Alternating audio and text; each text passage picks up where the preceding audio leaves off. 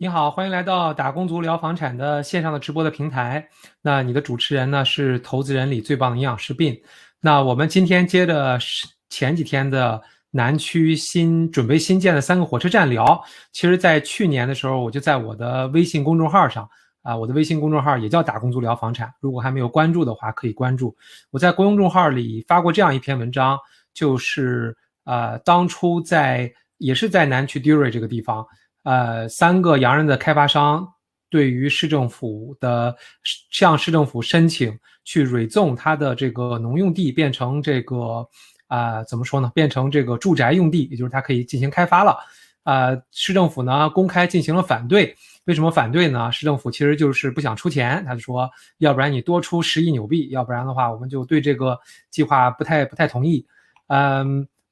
但是呢，这3个开发商呢是走了市政府这个zoning改变的这个流程。那这个流程呢也都是公开有公示的，并且有这个视频的记录。那我今天就想给大家一边看这几个大的开发商所雇用的这个分割师，这个 planner， 在市政府当中所做的这个 presentation。那这个其实都是这个市政府在 YouTube 的频道上都有，可能大家如果不关注这个的话，很可能就没有。那我今天给大家放一段这个视频，然后呢，我也去进行我的一些分析。因为上回我记得我做的这个关于央行的 monetary policy 的这个视频的翻译有点像同声翻译，包括我自己的一些解读大家觉得还是挺有意思的，所以我今天也做一个类似的。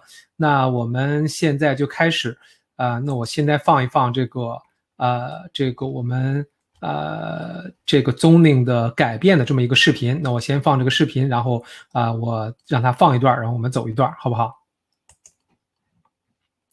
好的，我就可以放了，然后一会儿我就可以把这个直播的链接我发到我的群里。如果你还没有加群的话，也可以。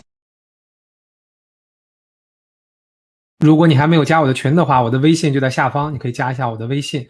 我们有非常多的这个专业人士在我的群里，律师、会计师、分割师各种各样的师傅，还有包括房产导师都在这个里边。如果你有任何问题的话，在群里通常一问，你就会有一个非常好的这个满意的答案，或者是大家都进行一下讨论。你可以看一看不同人对于你这件事情是怎么看，也可以给你这个做判断，作为一个方向感吧。那我先把这个视频弄好，然后我们就可以开始了。We will now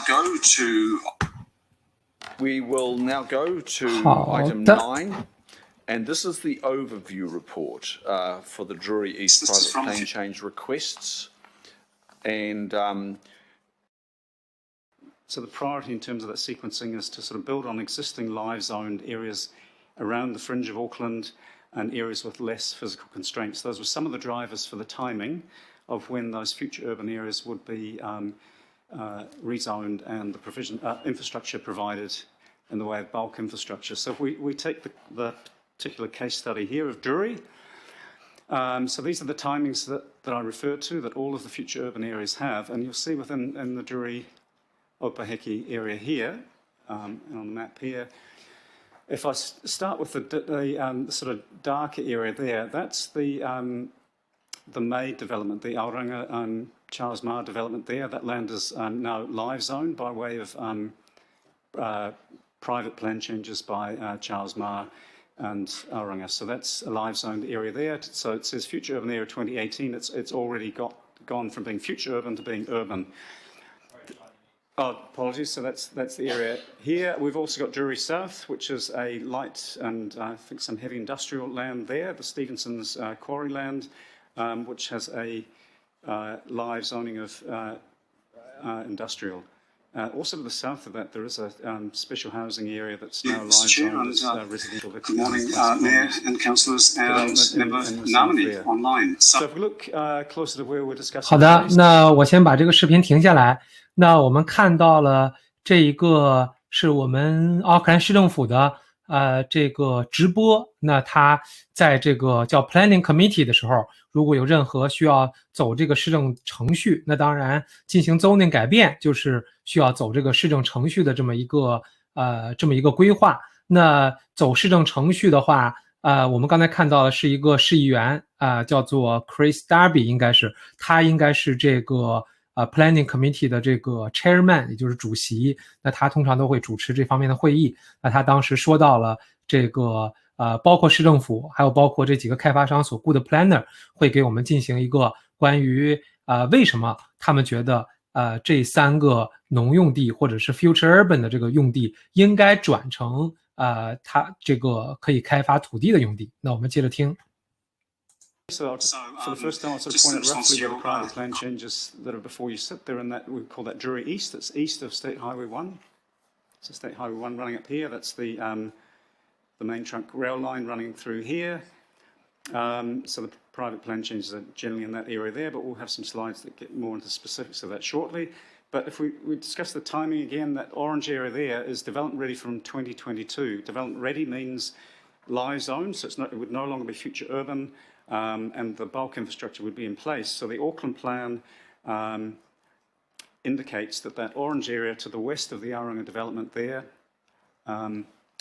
would be development ready from 2022. That doesn't mean bang on 2022, but sort of in a fairly short time frame from 2022, the Auckland plan was signalling that the area in the west would be live zoned with the provision of bulk infrastructure. But getting back to the east again, the timing there is 2028 to 2022. So these colours are a little bit difficult to pick up, but it's that colour there. So Auckland plan and also the future urban land supply strategy that I'll talk about that really dovetails in with the Auckland plan shows the area of these private plan changes as being development ready from between 2028 and 2032. Now we're obviously in 2020, so hence the strategic issue that's resulted in us bringing these plan changes before you, and we'll get into that whole issue of the timing and sequencing shortly with the subsequent presentations. But just making that clear that we're sort of eight or so years ahead of when the Auckland plan and the future urban land supply strategy had signalled that these areas would be development ready with the bulk infrastructure in place. So as I mentioned, so supporting the Auckland plan and just adopted by Council prior to the Auckland plan was the future urban land supply strategy that really there was a lot of work undertaken by Council and the CCOs to identify a logical sequencing of when these future urban areas would be provided with the bulk infrastructure and when they should be live zoned from future urban to urban. So adopted in 2017 in July was signalling that clearly we can't afford 14,000 or more hectares of rural land to become urban overnight and provided with all of the bulk infrastructure, which is into the, build.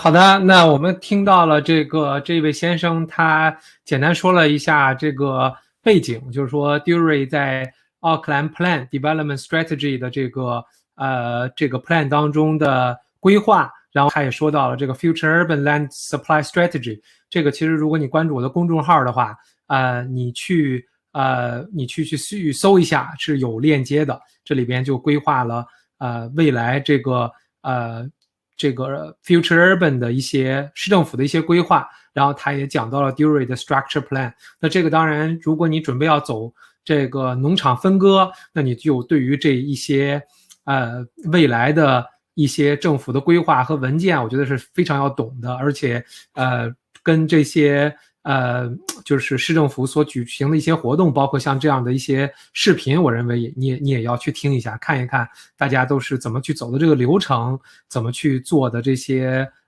关注点。当然刚才这位穿黑衣服的先生也讲到了，说他也会讲一讲 Drury 这方面的一些公共交通的挑战。那当然这个是在大概在半年之前，大概在去年8、9月份，这个是Council 就是他们去 present 到 Council， 我们看到后续你就看政府有配套的这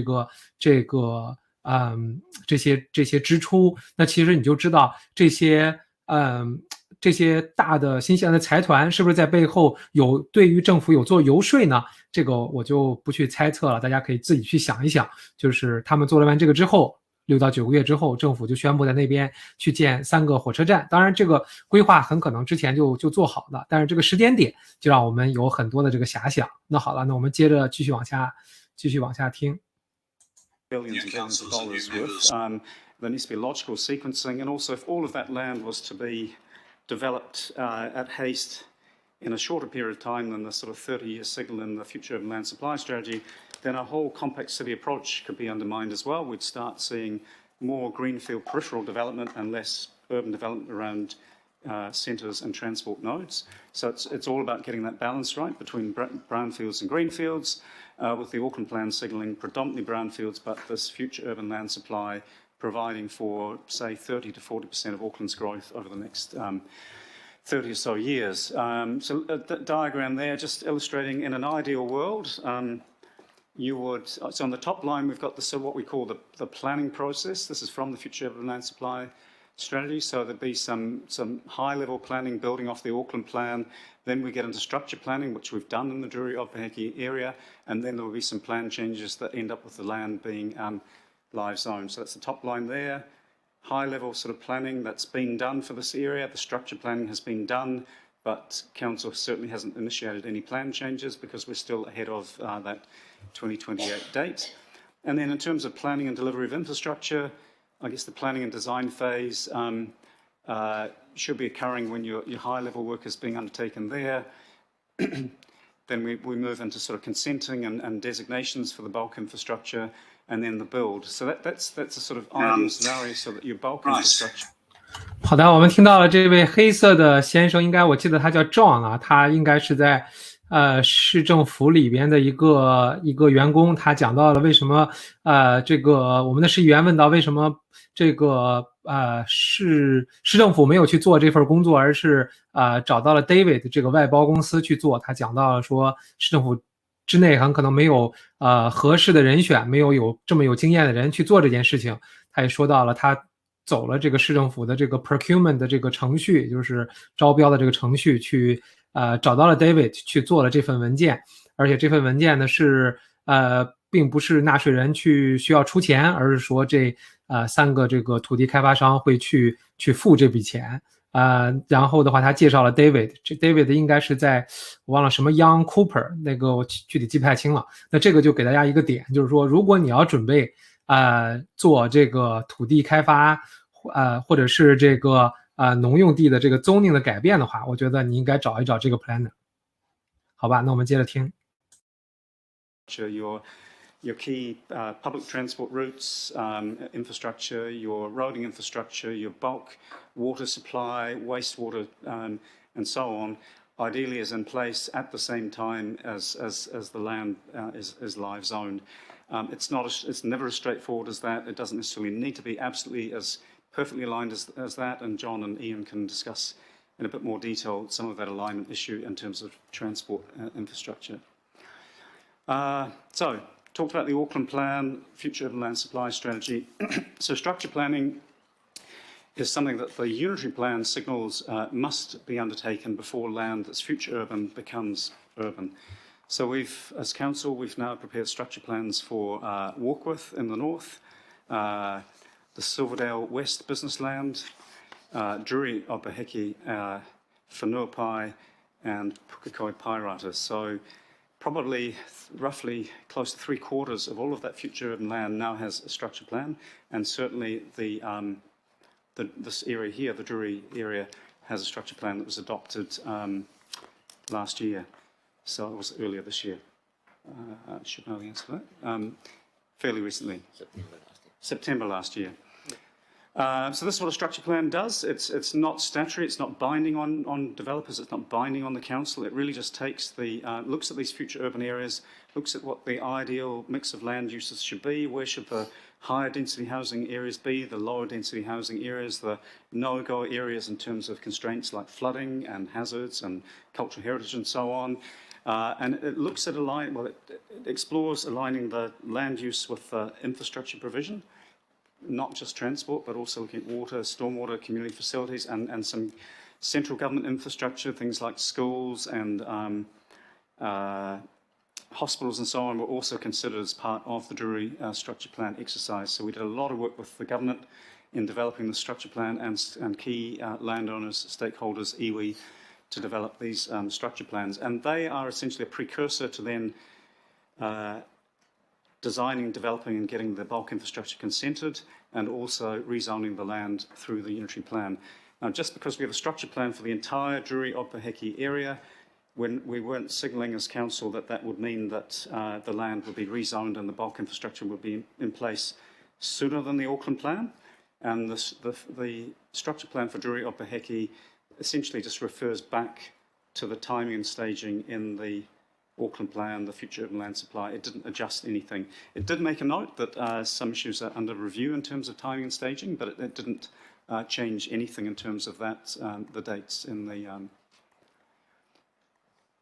Auckland plan and falls. So southern structure plans here, we ran 2 structure plans in parallel. We did as council, we did the Drury Ogbaheki structure plan and we did the Pukekohe Pairata structure plan at the same time.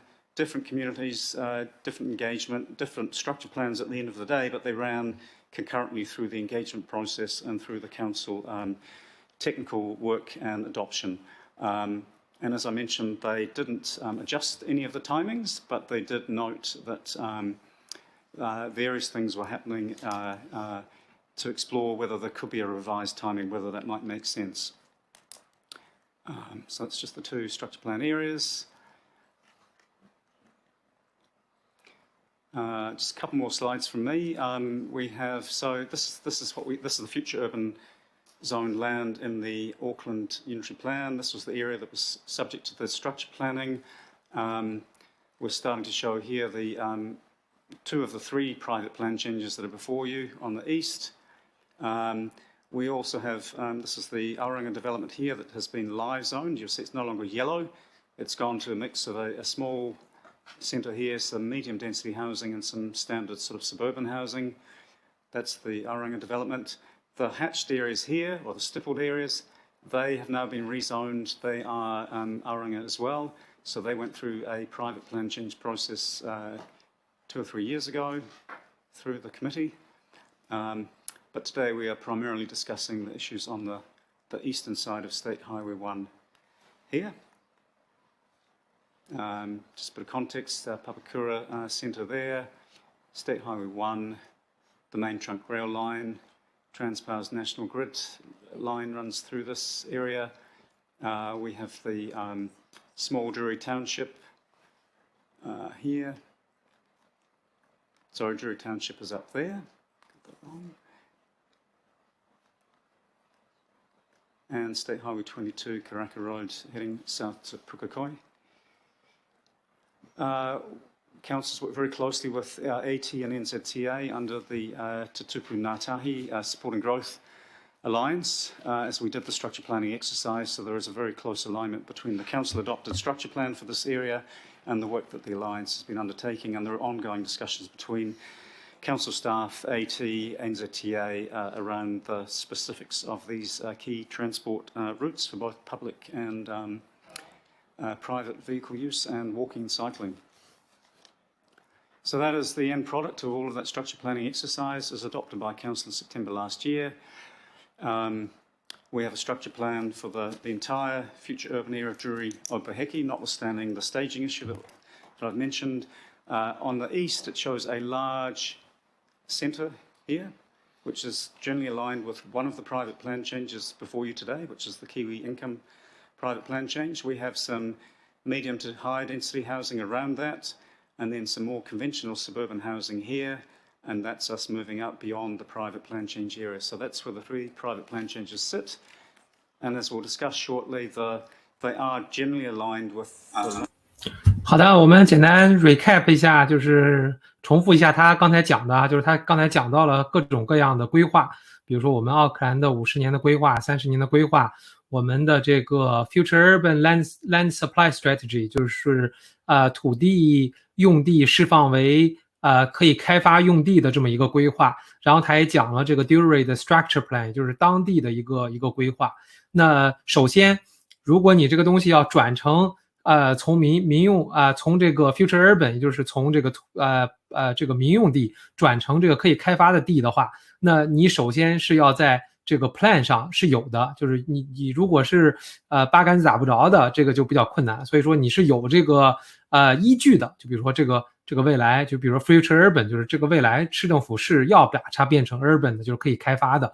那他为什么要去变呢？就是他也说了，他变的其实是比市政府规划要提前了大概8年。为什么会提前8年呢？他也说了，因为这里的这个基础设施 bulk infrastructure， 这个 bulk infrastructure 就包括什么呢？包括污水、废水、公共交通，各种各样的基础设施。就是他就觉得市政府现在加快了这个基础设施的变化，所以他就觉得2022年的时候，很多的这个基础设施很可能就已经到位了。那到位了之后的话，他就去说，这就是说这个所谓的黄区，也就是 future urban 就已经可以变成这个可以开发了，这是他 argue 的一个点。这个也就是说，大家如果准备要去买这种这个城际边上的这个农场的话，你也要去注意这个点。第一，看看这些规划，这些土地是不是在这些规划的之中；第二，你要看一看交通和一些基础设施的这些规划是不是真正会在这里去进行这些基础设施的建设。如果这2点都没有，你想做 zoning change， 我觉得也是比较困难。因为你看他这个 planner 在 argue 的这个点就是，第一，它是在规划之内，是迟早都是要变成 urban 的。第二呢，就是基础设施可能2022年或者说2022年未来的几年之内很可能就到位了。那既然已经到位了，那为什么不把它就是比较早的去改成这个可以开发的土地呢？这是他的一个 argue 点。我们接着听。 Land use shown in the council structure plan, i.e. large centre here, medium to higher density housing here, and perhaps more conventional suburban housing as you head out from State Highway 1. So what does this all mean? What does the structure plan sort of mean in terms of overall yields or the amount of housing and employment? So in terms of estimated population in that entire area, 50,000 people, 21,600 dwellings within the residential areas, within the centres, the town centres and local centres, another 400 houses, and maybe a population of about 1,000. Estimated number of jobs, 4,500 in the sort of commercial centres, in the industrial and business areas, 3,800. So total number of jobs about 12,000, population total about 60,000, 22,000 dwellings. So it's a significant portion of Auckland's growth is signalled to occur in these areas through the Auckland plan and through the council's own structure plan. So this isn't just the private plan changes areas to be clear, this is the entire structure plan area. So that's the overview from me in terms of Auckland Plan Full's structure planning. At this point, I'd like to hand over to John and Ian to talk about the transport work that's been happening. Thanks, John. Morning, Chair, morning, councillors. Just a brief introduction. The Drury, it should be, I suppose, transport infrastructure development program. So the focus of this piece of work was transport infrastructure. So with the structure plan adopted in August, September of 2019, and with the likelihood of private plan changes pending, the Crown and the Council agreed that a joint program of work between the Crown and the Council would be undertaken. Those involved were Auckland Council, Auckland Transport, Supporting Growth Alliance, New Zealand Transport Authority, Ministry of Transport, Kiwi Rail, Treasury, Crown Infrastructure Partners, particularly on the funding side, and also the Infrastructure Commission. The purpose of this work started.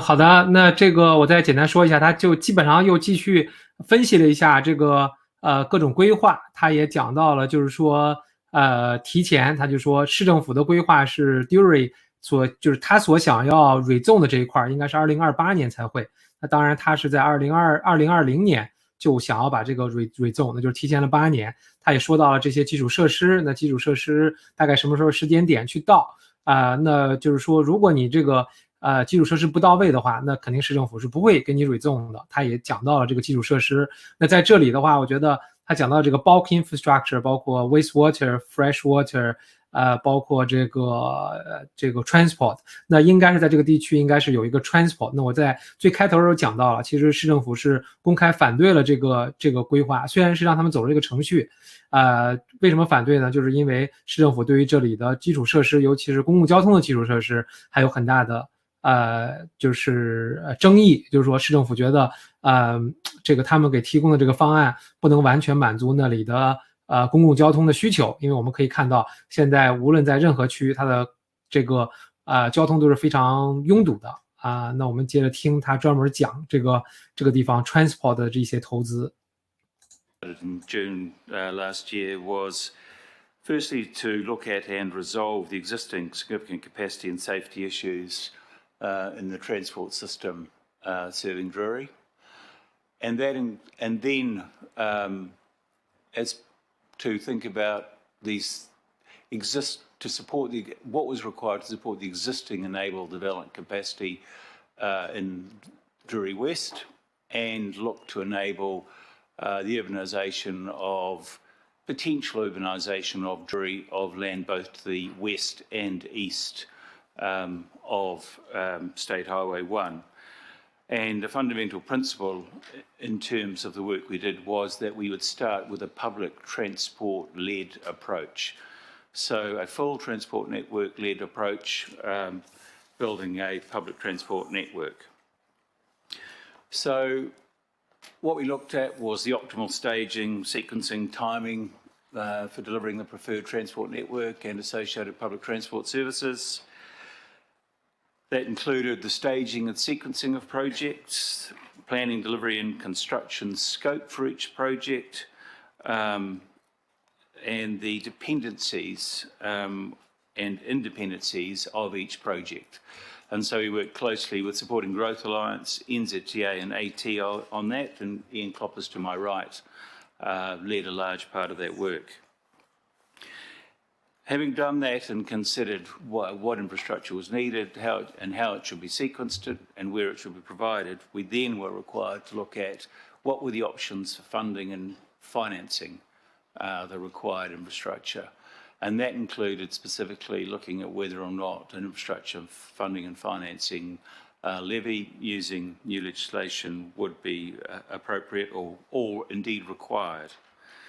And again, as part of this work, the consideration was given to whether or not it would be appropriate to bring forward any of the land holdings to the east of State Highway 1.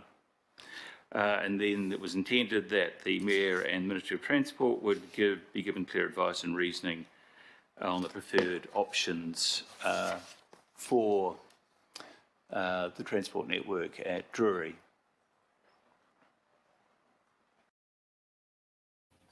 这个他又讲到了这个 structure 的这个 plan 到底是大概是一个什么意思。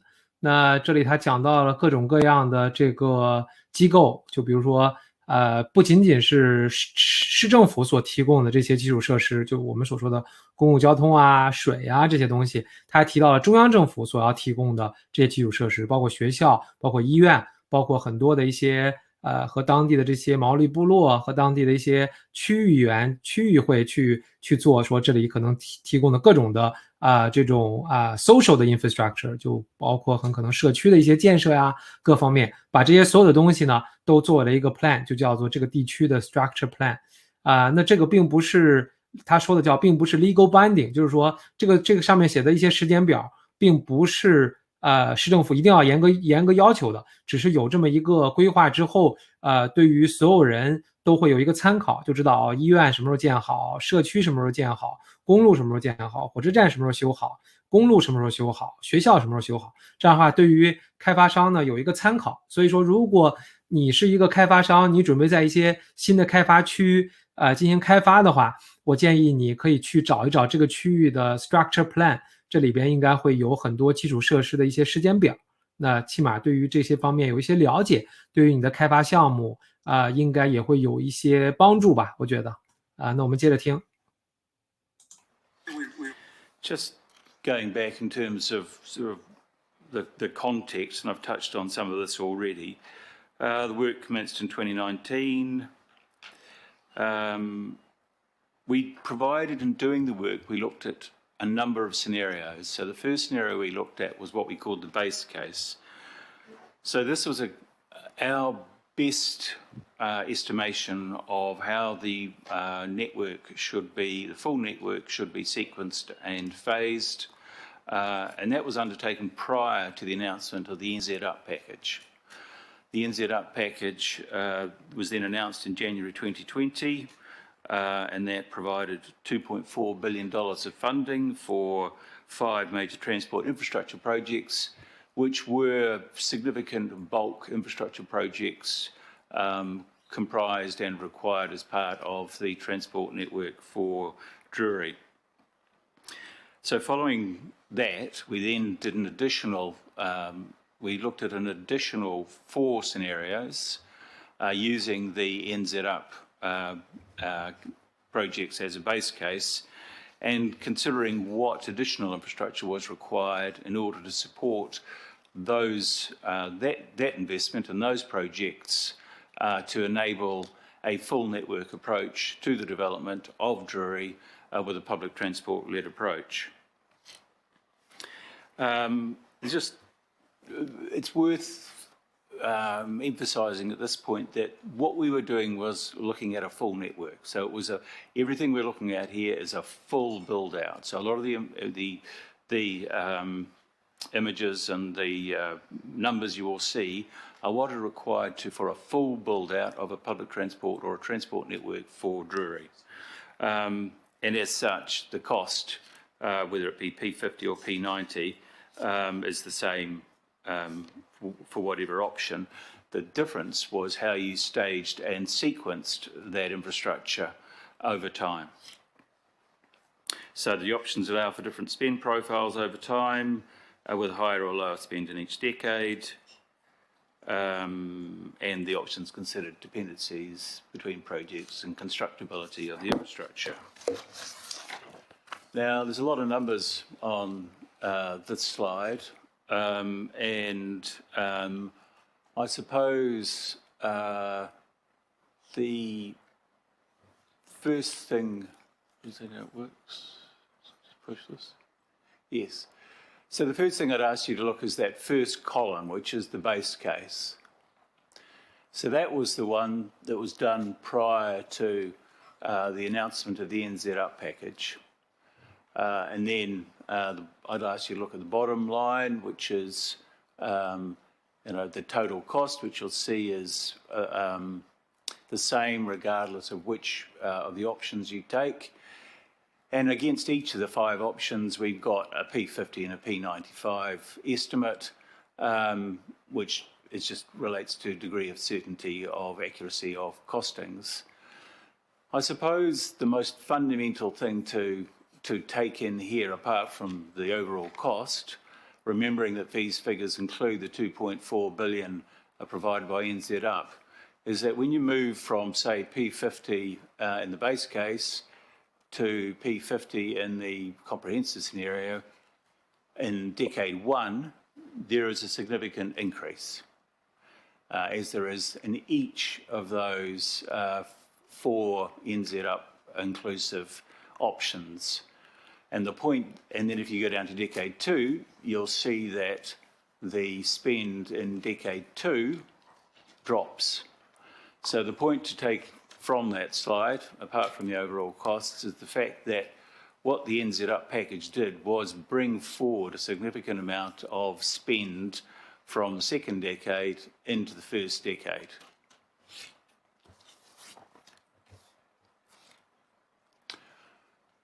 So moving on, and here's a slide that's, I'm sorry, not very legible.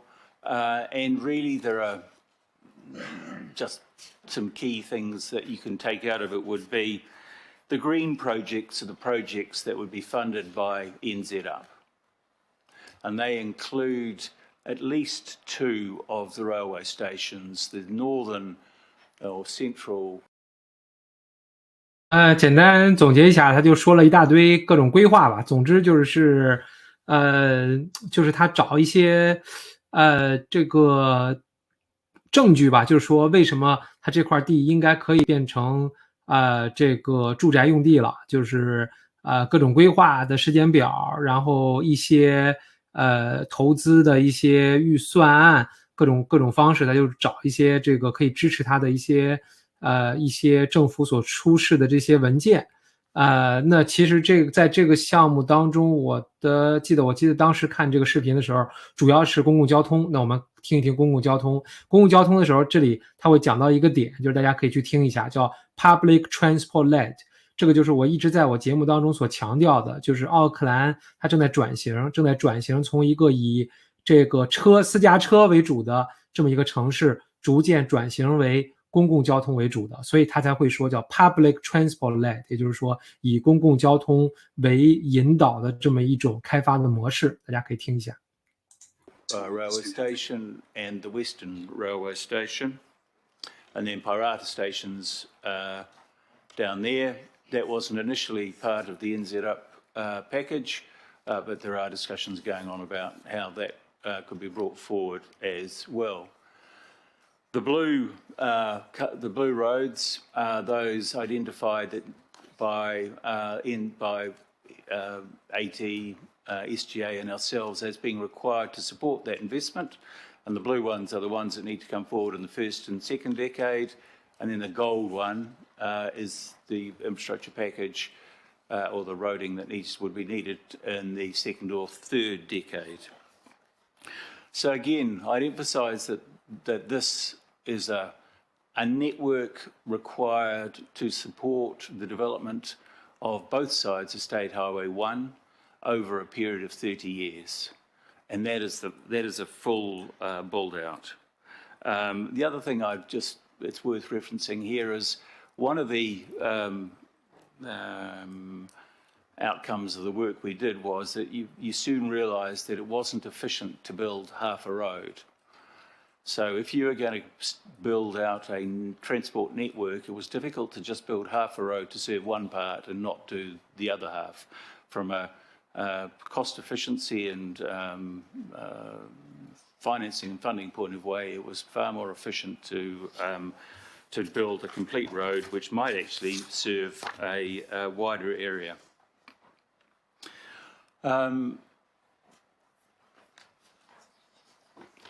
The next slide is broken down into the actual projects themselves.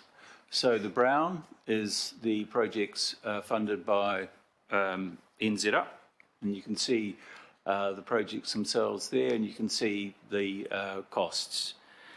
The blue projects that are funded by NZTA and the Crown, that's Parrata Station and fall tracking, and you'll see that the fall tracking is a significant cost and likely to be at least a second decade cost. State Highway 22 improvements would be a National Land Transport Fund cost. And then the balance, the yellow, which is about 1.9 billion, is the roading infrastructure that would be required to support the NZ Up investment, and which would require additional funding from some other source. Now, again, I'm sorry if this is a bit confusing, but what we tried to do was actually link the colours. But I suppose the key things that you need to look at there in terms of our work was the fact that excluding NZ Up, the total transport investment required was 2.9 billion. So there was 2.9 billion required to provide the supporting infrastructure to provide a public transport-led network of transport to support the development of the whole of Drury. The council's share of that, if you take out the NZTA 50%, is about 600 million. And then there was additional infrastructure, which is a high-level estimate, but we've looked at that further, and we're fairly confident with those, is that additional investment would be required from the Crown of $500 million, which is made up of stormwater infrastructure of approximately 200 and parks and community facilities of 300, bringing the total investment required from other sources, well, more particularly the council, of about $1 billion.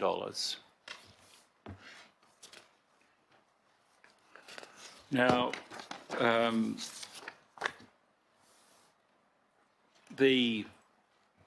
we then needed to look at how that $1 billion might be funded in order to support that network. And there are a variety of options available for supporting that, which are highlighted here on the slide. I think, again, a key point to take here is the fact that what we have in particular in the council at the moment is a financing problem. So we've got a debt to revenue issue. 我打断他一下，他简单讲了讲这个公共交通的这个规划，以及这个到底钱从哪里来。他明显画出来这个绿色的就是这个已经确认的这个 funding， 还有红色的就是还有大概 2.9 个 billion 29亿还是没有完全确认。所以这里边当时市政府让他去交10亿纽币，多出10亿纽币去做这个基础设施的建设，有很大一部分都是公共交通。我认为这个就是他们的这个规划，将来我认为一定还是会通过的，只不过就是说中央政府、地方政府和开发商之间需要把现在的这个预算需要大家做清楚了，因为毕竟还有29亿的这个窟窿，到底谁出多少，怎么出我觉得还是就是主要的一个怎么说了，一个讨论点吧。因为我们可以看到这个疫情之后市政府的这个预算和财政都受到了很大的影响，而且这个毕竟是一个私人的 private zoning change， 就是说私人想要把这个做了，那肯定市政府它本身在它的预算当中就很难有这一部分预算，因为按照市政府正常的规划来说，这一个土地的改变应该是2028年去改变。那这个所以我就是也提醒大家一个点，就是如果你买了黄区 future urban 的这个土地之后，那每一个 future urban 市政府都会有一个大概规划的点，就比如说它大概是2028年或者2038年或者是2048年才有可能会转成这种 urban， 就是可以开发土地。你在买的时候应该先去了解一下这个，你是在前10年还是第2个10年还是第3个10年，因为是奥克兰的50年规划嘛，所以可能还有第4个10年、第5个10年。我觉得如果你要买的 future urban 是在第5个10年才会变的话，那你想要做这种 zoning 改变也不太容易，因为这个毕竟都是在第1个10年，他就想提前8年去做这个，所以这个可能大家要注意的一个点。那我们再看一小会儿吧，因为后边可能也挺无聊的，就是大概我觉得大家如果真的准备要去投农场 future urban 的话，我觉得2个小时的这个视频应该还是要看完的。如果你要是想要这个视频的话，可以去搜一搜，或者是你加一下我的微信，我发给你，好不好？And so our ability to do what we would normally do and use development contributions is constrained because the provision of infrastructure and collection of development contributions don't align necessarily. There's a lag, and you end up having to borrow in order to put in the infrastructure and then recover the money through DCs. So we're left with a situation where we have to look at alternative ways of how we might finance this infrastructure or finance and fund it in the medium term at least, short to medium term at least, and one of the options for that was infrastructure financing and funding levy. So we looked at that option, and yes, there is the possibility that we could use an infrastructure financing and funding levy. The levels would probably be unattractive to developers, and I don't think either the Mayor or the Minister would like to set any levy like at the levels that were first suggested. And the levels that are proposed at the moment would be in the region, if we use that tool, would be in the region of $1,000 to $1,500, which is what's been used elsewhere in Auckland and Milldale, which was the first development where a levy was used. So that's one tool that we can use. ATAP and the LTP is possibly another tool that could be explored, though that is constrained. Crown, we're not sure whether or not there is any alternative funding there, but again, I'll just leave that as we're not sure. LTP, we know what the issues with the LTP are at the moment. IFF, I've talked about. DCs and IGCs, so IGCs will be used, and at some stage there is the potential that development contributions will be able to be used because the time frame for this development is long, and hopefully we will move through our financing constraints and be in a position where we may be able to borrow and use DCs as we normally would. And then the other option we're looking at in terms of bridging that gap is contributions from developers. And that could be through a direct contribution for paying for particular pieces of infrastructure, or there could be some infrastructure financing or infrastructure funding agreement reached where either financial contributions could be made as well if they didn't provide the infrastructure themselves. So what we have is now, and just in summation, we have NZ funding of $2.4 billion.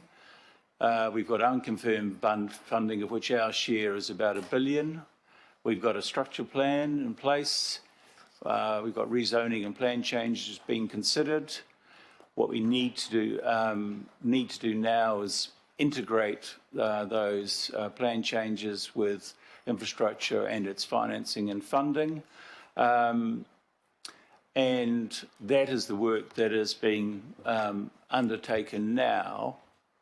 So as a result of the work we've done and looking at all the options and the best options and identifying that the whole of the public transport or of the transport network plus stormwater and community facilities at least would require an additional $1 billion funding. It was agreed with, between the Mayor and the Minister, or the Crown and the Council, that work would be done with the developers to understand how they would be able to contribute to the funding of the necessary infrastructure to fill that gap. And so that work has commenced. So we are working with all of the eastern developers and also some of the western developers like Charles Marr, who already has a development in place. And it is worth just emphasising that that isn't a simple exercise of just saying how much is this piece of infrastructure going to cost and what is your share. It actually has to take into account timing as well and benefit. So in assessing what share of a developer should pay, you need to see what impact they would have on the network and what is considered to be their fair contribution to that impact, what benefits they get from the infrastructure, and also when that infrastructure will be provided. So some of that infrastructure may not need to be provided for some years. It could be 5+ years, it could be 10+ years in terms of when that infrastructure needs to be provided. And we will work through the developers analysing what infrastructure is required, when it's required, where it's required, and what share the developers are able to pay, and where there are any other sources of funding that might be available. And that's where we are with it at the moment. Thank you. Thank you, John. Back to John Dugan. Right. Okay. So just 2 more segments to go, and then in time for your questions. But we did feel it was very important to give you the full picture, the full overview. 好了，今天基本上就聊到这儿吧。基本上老爷爷就讲了讲这个 AT 的这个 AT、NZTA， 然后乱七八糟交通部门的一些规划、一些预算。所以说这也是为什么我觉得大家如果真的是玩地，就是无论是你是做农场，还是将来你准备做这种高密度的开发，我觉得都是要关注一下政府的这个预算，因为有很多东西，如果你顺着这个政府的预算，比如说今年政府就会在这里投资，如果你也在这里正好进行开发，那你什么事儿就会比较顺。如果你比如说你今年在这里开发，然后政府是5、6年之后才会在这里进行基础设施的改善或者是更新，那无论是你农场地转成住宅用地，还是你进行高密度开发的这个交通啊各个方面都会可能就会困难会更多一些。所以说我觉得大家去关注一下吧，就是如果你需要这个视频的链接，你就可以加一下我微信，我发给你这个视频的链接。我希望更多的，如果你英文够好的话，我希望如果你真的是准备走这个玩农场，玩这个我们管它叫城市周边的这种农场地，将来囤地，将来去将来准备这个 rezoning， 通过这个去挣钱的话，我觉得你一定要对于政府的这个规划，政府的各种 plan， 其实我觉得还是挺无聊的，但是如果你要真的是准备走这条路的话，这个你应该是熟读的东西吧，都说书中有黄金，这个政府的 plan 当中也有黄金。那好吧，那今天就聊到这里，非常高兴我们在线上聊这个和房产相关的话题。最后再做一个免责的声明，这个只是我对于这个只是市政府的一个这个 live 了，对我的一些解读，并不是给你的私人建议。希望通过这些我做的这些内容可以帮到你。如果你有任何想要和我沟通的话，也可以加我的微信，我们有我们自己的社群，社群当中有很多专业人士，律师、会计师、分割师、这个房产导师，各方面的师傅都可以帮助你去让你的这个房产投资有点像用我们的弯路为你铺路，让你的房产投资只赚钱不亏钱。好吧，那我们今天就聊到这里，拜拜。